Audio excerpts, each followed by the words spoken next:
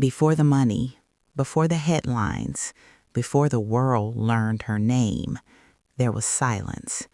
The kind of silence that settles deep in your chest and refuses to leave.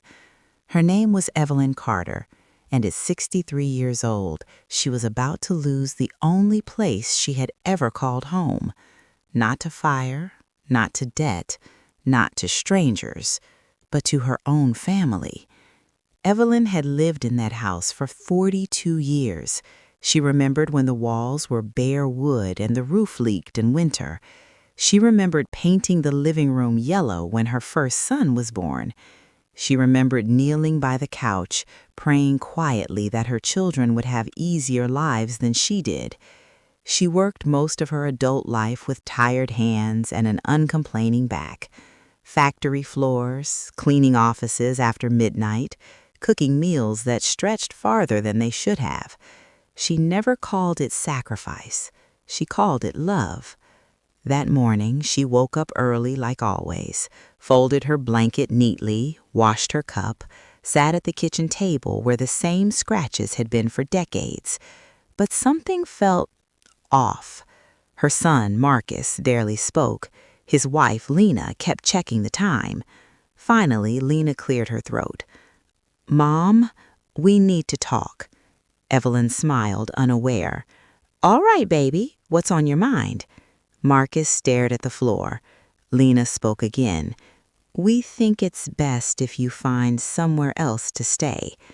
The words didn't register at first. Evelyn blinked. "I'm sorry, what?" Lena folded her arms. "We need space, privacy. Things are different now." Different. That word echoed in Evelyn's head. She looked at Marcus. "Son?" He sighed. "It's just temporary, Mama. You'll understand." Temporary. But there was already a suitcase by the door, packed. Evelyn's heart sank. She stood slowly, her knees aching, her voice calm but shaking. "I raised you in this house."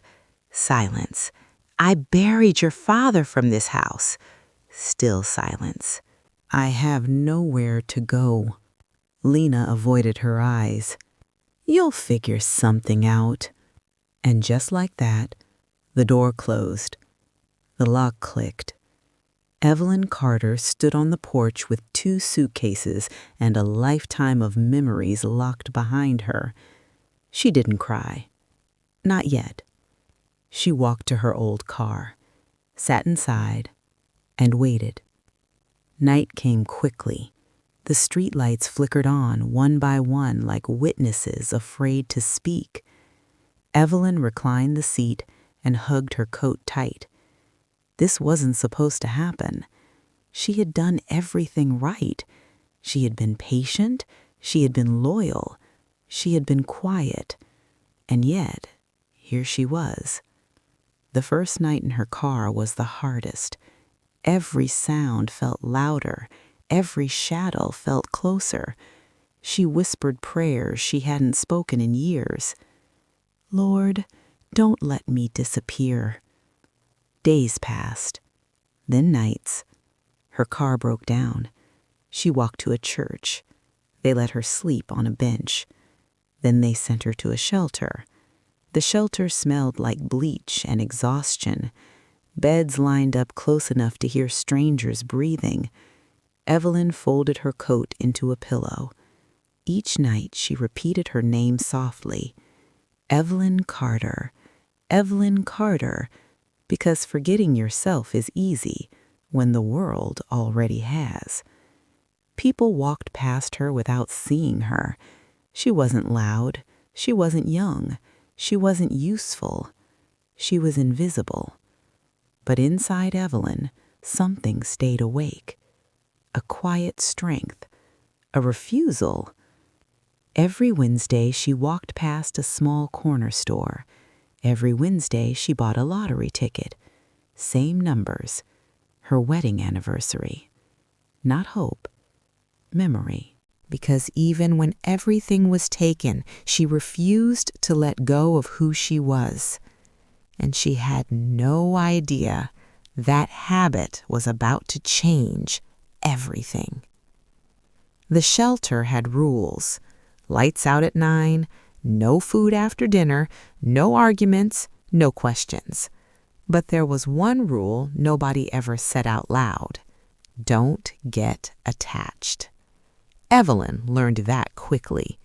The first woman she spoke to, Ruth, thin as a shadow with kind eyes, was gone the next morning. No goodbye, no explanation, just an empty bed. Evelyn stopped asking names after that. She lined up for meals quietly, tray in both hands, eyes down. She ate slowly, stretching each bite as if it mattered, because it did. In the shelter, food wasn't just food, it was proof you were still allowed to exist. Days blended together. Morning announcements, job boards with papers curling at the edges, volunteers who smiled too brightly, like kindness was something they had to put on. Evelyn washed dishes to stay busy. She folded donated clothes. She helped women older than herself tie their shoes. Nobody asked her story. Old women rarely get asked anything. At night, when the room settled into shallow breathing and muffled coughs, Evelyn lay awake. Her mind drifted back to the house. The yellow walls, the porch steps Marcus used to sit on as a boy. Her husband's laugh, low and warm. She wondered if they missed her. Then she stopped wondering, because wondering hurt more than knowing. One afternoon, she overheard 2 volunteers talking. "She doesn't have much time left," one said quietly. They weren't talking about Evelyn, but she felt the words land anyway. Time left. That phrase stuck to her ribs. She looked at her hands, swollen knuckles, cracked skin. These hands had built a family, and now they were empty. Winter came early that year. Cold crept in through the shelter windows, no matter how tightly they were shut. Evelyn's coat wasn't enough. One night, her chest tightened so badly she thought she might die quietly between strangers. She sat up, gasping, refusing to panic. Not here, not like this. Her breath caught. She checked the TV, then the ticket, then the TV again. The room went silent around her. Someone whispered, "Oh my God!" Evelyn sat down hard on the bed. Her vision blurred. She wasn't smiling. She wasn't screaming. She was shaking. Because when you've lost everything, good news feels dangerous. Someone called her name. Someone hugged her. Someone cried. But Evelyn only heard one thought in her head. This doesn't happen to people like me. Within hours, reporters arrived. They asked her age, her story, her feelings. She answered politely, carefully, because years of being dismissed had taught her something important. Words are power, and she had just gotten some back. When the world suddenly knows your name. Evelyn didn't sleep that night, not because of excitement, because fear had a new shape. The shelter buzzed long after lights out. Whispers traveled faster than footsteps. People looked at her differently now. Some smiled too much, some watched too closely. Money changes the air around you, even before it's in your hands. By morning, the shelter director pulled her aside. "You'll need a lawyer," he said gently, "and security." Security. The word felt strange. For 63 years, Evelyn had protected others. Now people were telling her she needed protection. A black SUV waited outside. Reporters lined the sidewalk. Microphones stretched toward her like hands asking for something. "How does it feel to go from homeless to millionaire? What will you do with the money? Have you spoken to your family?" That last question hit harder than the rest. Evelyn paused. "I'm still thinking," she said. The next morning, she went to the clinic. They told her to rest. She laughed softly. Rest where? She left with pamphlets and no answers. That Wednesday, she walked past the corner store again. Same routine, same worn path. The clerk didn't look up when she placed the $2 bill on the counter. "Same numbers?" he asked. Evelyn nodded. He slid the ticket across. She folded it carefully and placed it in her coat pocket. It wasn't hope, it was habit, a thread tying her to a life where someone once waited for her to come home. Back at the shelter, tension filled the air. Someone had stolen another woman's shoes. Voices rose. Security stepped in. Evelyn retreated to her bed, shrinking inward. She hated conflict, always had. That night, she dreamed of her husband. He was standing in a garden, smiling. "Hold on," he said. She woke up crying. Weeks passed. Then one morning, everything felt different. Too loud, too bright. The shelter TV was on. News anchors were shouting. Numbers scrolled across the screen. People crowded closer. Someone screamed. Another dropped her tray. Evelyn stayed where she was, confused. Then Ruth's old bed, now occupied by a young woman, turned around. "Did you check your ticket?" Evelyn frowned. "My what?" "The lottery. Somebody won." The room erupted. Evelyn's heart began to pound, not from excitement, but confusion. She reached into her coat pocket slowly, pulled out the folded paper. Her hands trembled. She read the numbers once, didn't understand. Her breath caught. She checked the TV, then the ticket, then the TV again. The room went silent around her. Someone whispered, "Oh my God!" Evelyn sat down hard on the bed, her vision blurred. She wasn't smiling. She wasn't screaming. She was shaking. Because when you've lost everything, good news feels dangerous. Someone called her name. Someone hugged her. Someone cried. But Evelyn only heard one thought in her head. This doesn't happen to people like me. Within hours, reporters arrived. They asked her age, her story, her feelings. She answered politely, carefully, because years of being dismissed had taught her something important. Words are power, and she had just gotten some back. When the world suddenly knows your name. Evelyn didn't sleep that night, not because of excitement, because fear had a new shape. The shelter buzzed long after lights out. Whispers traveled faster than footsteps. People looked at her differently now.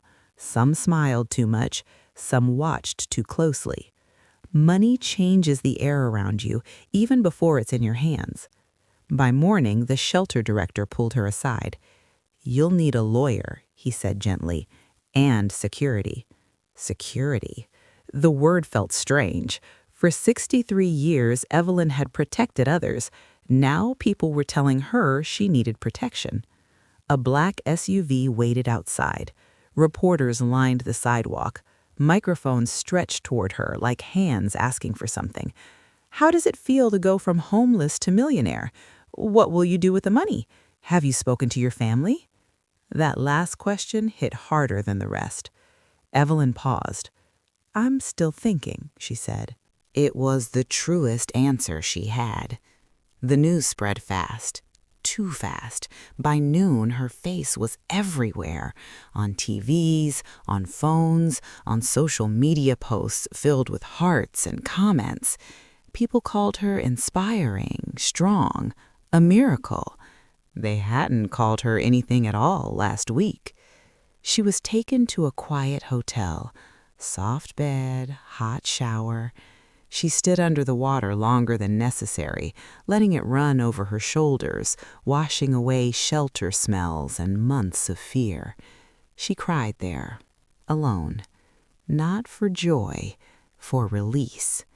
That afternoon, a lawyer explained numbers she could barely comprehend.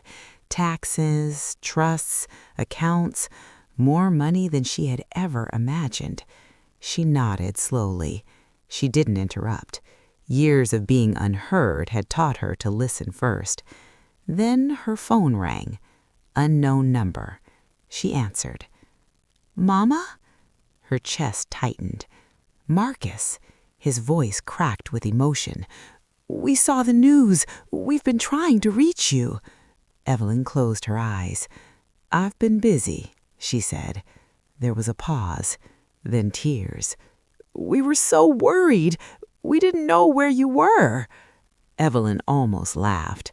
Almost, because worry sounds different when it comes too late. They asked where she was staying. She didn't tell them. They asked if they could see her.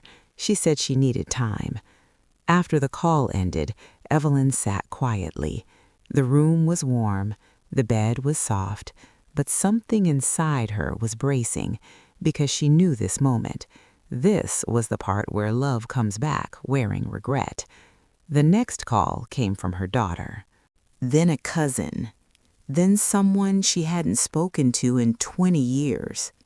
Everyone remembered her now. Everyone loved her. The next day, she appeared on morning television. The host asked, "What kept you going?" Evelyn answered honestly, "Routine." People laughed gently, but she meant it. Survival is often boring, unromantic, quiet. After the interview, she saw the clip replayed on TV. She watched herself speak, steady, calm. She barely recognized the woman on screen. She looked powerful. That evening, Marcus showed up at the hotel, unannounced. He stood in the lobby, hands shaking. When Evelyn walked in, he rushed toward her. "Mama!" He reached for a hug. She stepped back, not angry, just firm. They sat. He cried. He apologized, blamed stress, blamed finances, blamed misunderstanding. Evelyn listened. When he finished, she said softly, "I slept in my car." He froze. "I whispered my name at night so I wouldn't forget it." Tears rolled down his face. But tears don't rewrite the past. He asked if she would come home. Evelyn looked at him, and for the first time, she didn't know the answer. When love comes with conditions. The room was full, too full. Flowers covered the table, cards leaned against the walls, gift baskets stacked in corners. People who hadn't known Evelyn's birthday suddenly remembered her favorite color, blue. They said it like proof. Every knock on the door sounded the same, soft, careful, hopeful. Each visit followed a pattern. Tears first, apologies second, requests last. Cousins she hadn't seen in decades talked about family unity. Old friends spoke of investments. Church members hinted at donations. Evelyn listened. She always listened. But something had changed. Before, she listened because she had no choice. Now, she listened because she was learning. One afternoon, Lena came. Her daughter-in-law stood in the doorway, hands clasped, eyes red. "I didn't know it would be like that for you," she said. Evelyn offered her a seat. "Like what?" Evelyn asked calmly. Lena hesitated. "Hard." Evelyn nodded. Hard. That was the word people used when they didn't want to say cruel. Lena talked about forgiveness, about moving forward, about how the family could heal together. Evelyn noticed something. Lena never once said sorry. Later that night, Evelyn sat alone in the hotel room. She replayed every conversation, every tone, every pause. She realized something painful. They didn't miss her. They missed who she had become. The next morning, she met with a financial advisor, a young woman with steady eyes. She asked Evelyn, "Who do you trust?" Evelyn thought for a long time, then answered honestly, "No one yet." The advisor smiled. "That's okay." That answer felt like freedom. Pressure grew. Marcus called daily. He talked about childhood memories, Sunday dinners. He said, "The house isn't the same without you." Evelyn asked quietly, "Was it empty?" Every knock on the door sounded the same, soft, careful, hopeful. Each visit followed a pattern. Tears first, apologies second, requests last. Cousins she hadn't seen in decades talked about family unity. Old friends spoke of investments. Church members hinted at donations. Evelyn listened. She always listened. But something had changed. Before, she listened because she had no choice. Now, she listened because she was learning. One afternoon, Lena came. Her daughter-in-law stood in the doorway, hands clasped, eyes red. "I didn't know it would be like that for you," she said. Evelyn offered her a seat. "Like what?" Evelyn asked calmly. Lena hesitated. "Hard." Evelyn nodded. Hard. That was the word people used when they didn't want to say cruel. Lena talked about forgiveness, about moving forward, about how the family could heal together. Evelyn noticed something. Lena never once said sorry. Later that night, Evelyn sat alone in the hotel room. She replayed every conversation, every tone, every pause. She realized something painful. They didn't miss her. They missed who she had become. The next morning, she met with a financial advisor, a young woman with steady eyes. She asked Evelyn, "Who do you trust?"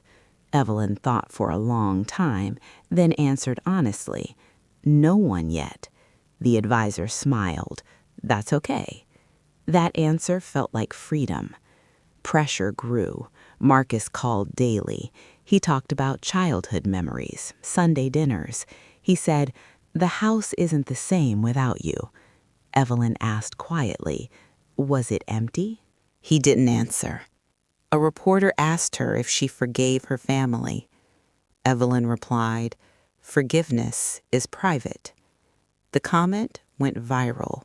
People praised her grace. But grace doesn't mean access.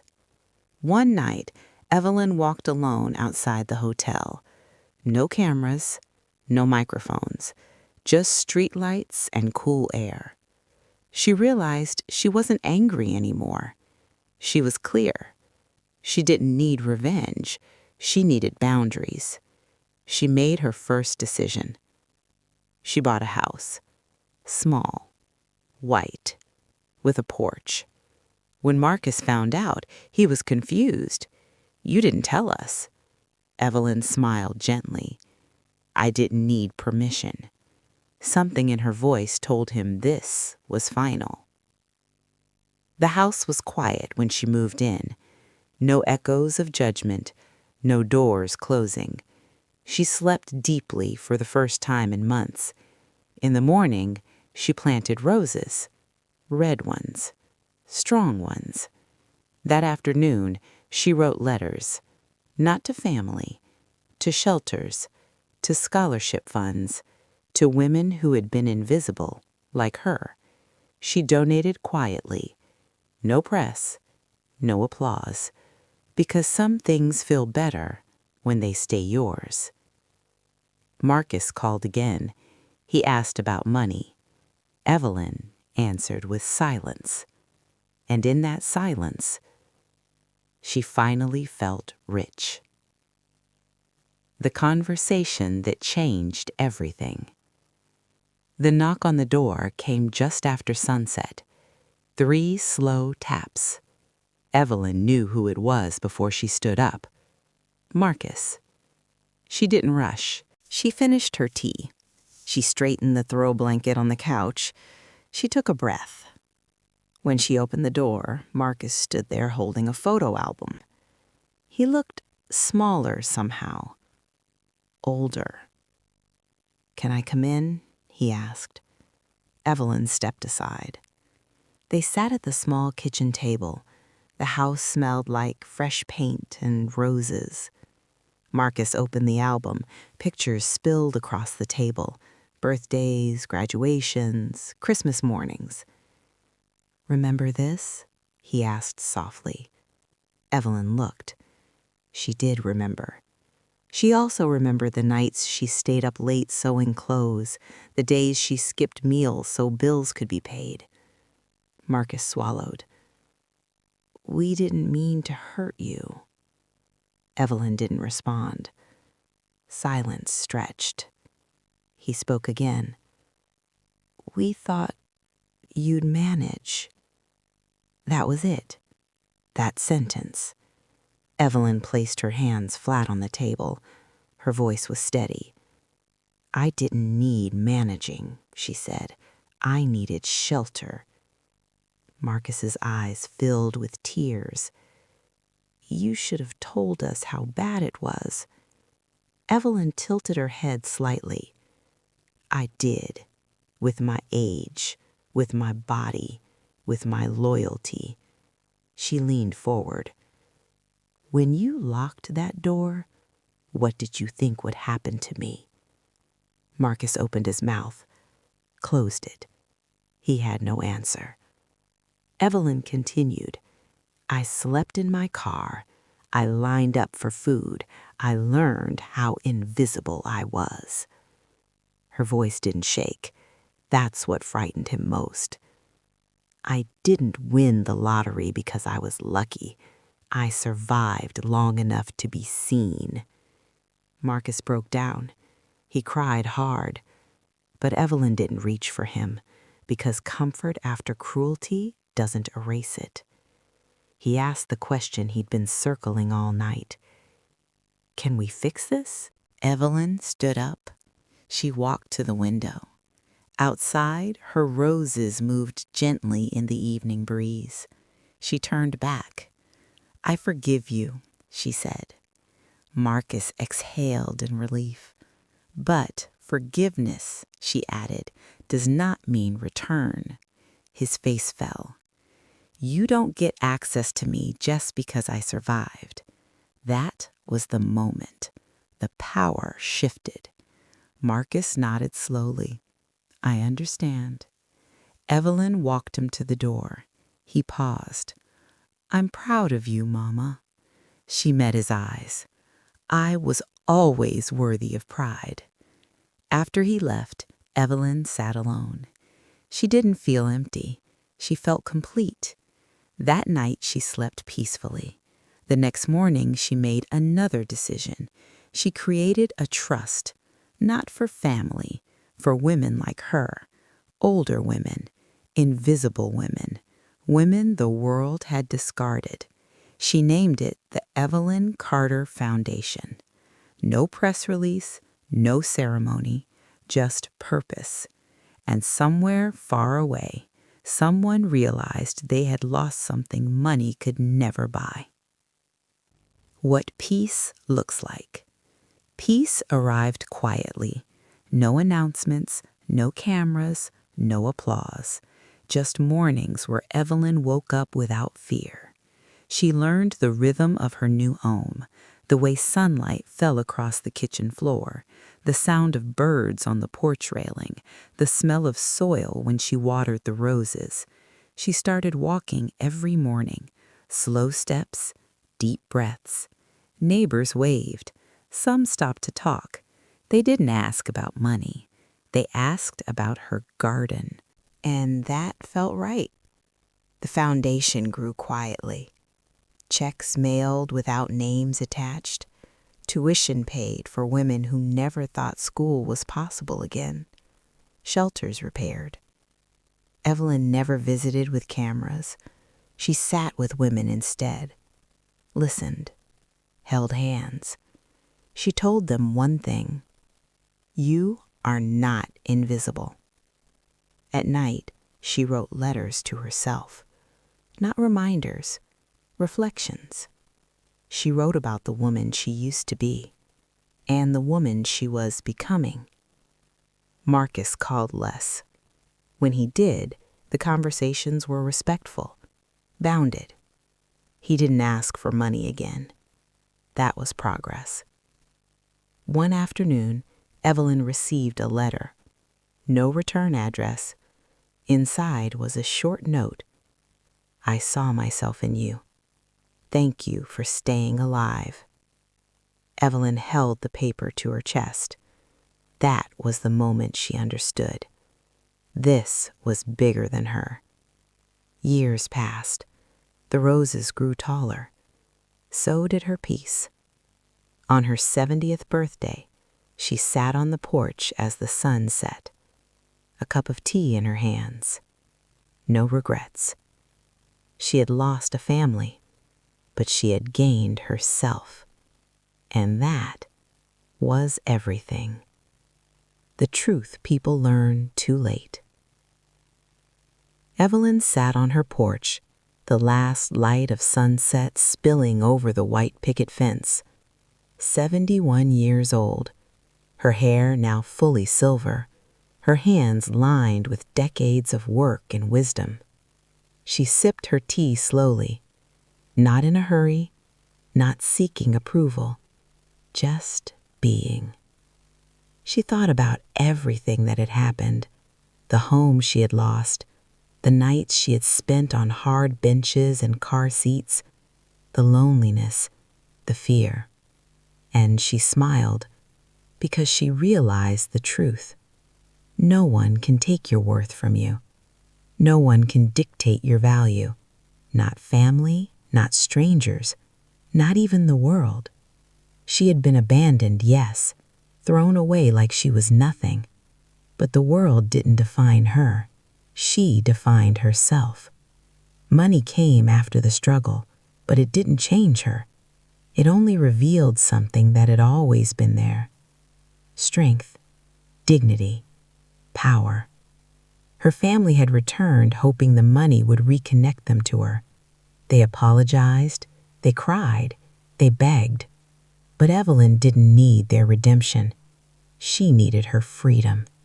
And she had it. She had built a house. She had planted roses. She had given back to women who were invisible, like she once was. And every morning, she woke up knowing she had survived. Truly survived. Not just lived. Some nights she looked at the stars and whispered, I am enough. I always was.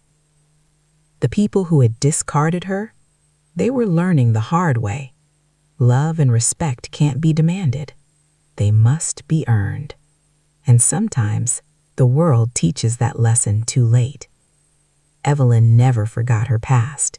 She never forgot her pain. But she also never let it chain her. Because the greatest victory isn't money. It isn't fame. It's not even revenge. It's reclaiming yourself. Standing tall, saying, I am here. I am worthy. I am free. And that is what lasting triumph looks like. If you stayed till the end, thank you. Don't forget to like this video, subscribe to the channel, and share this story with someone who needs hope today.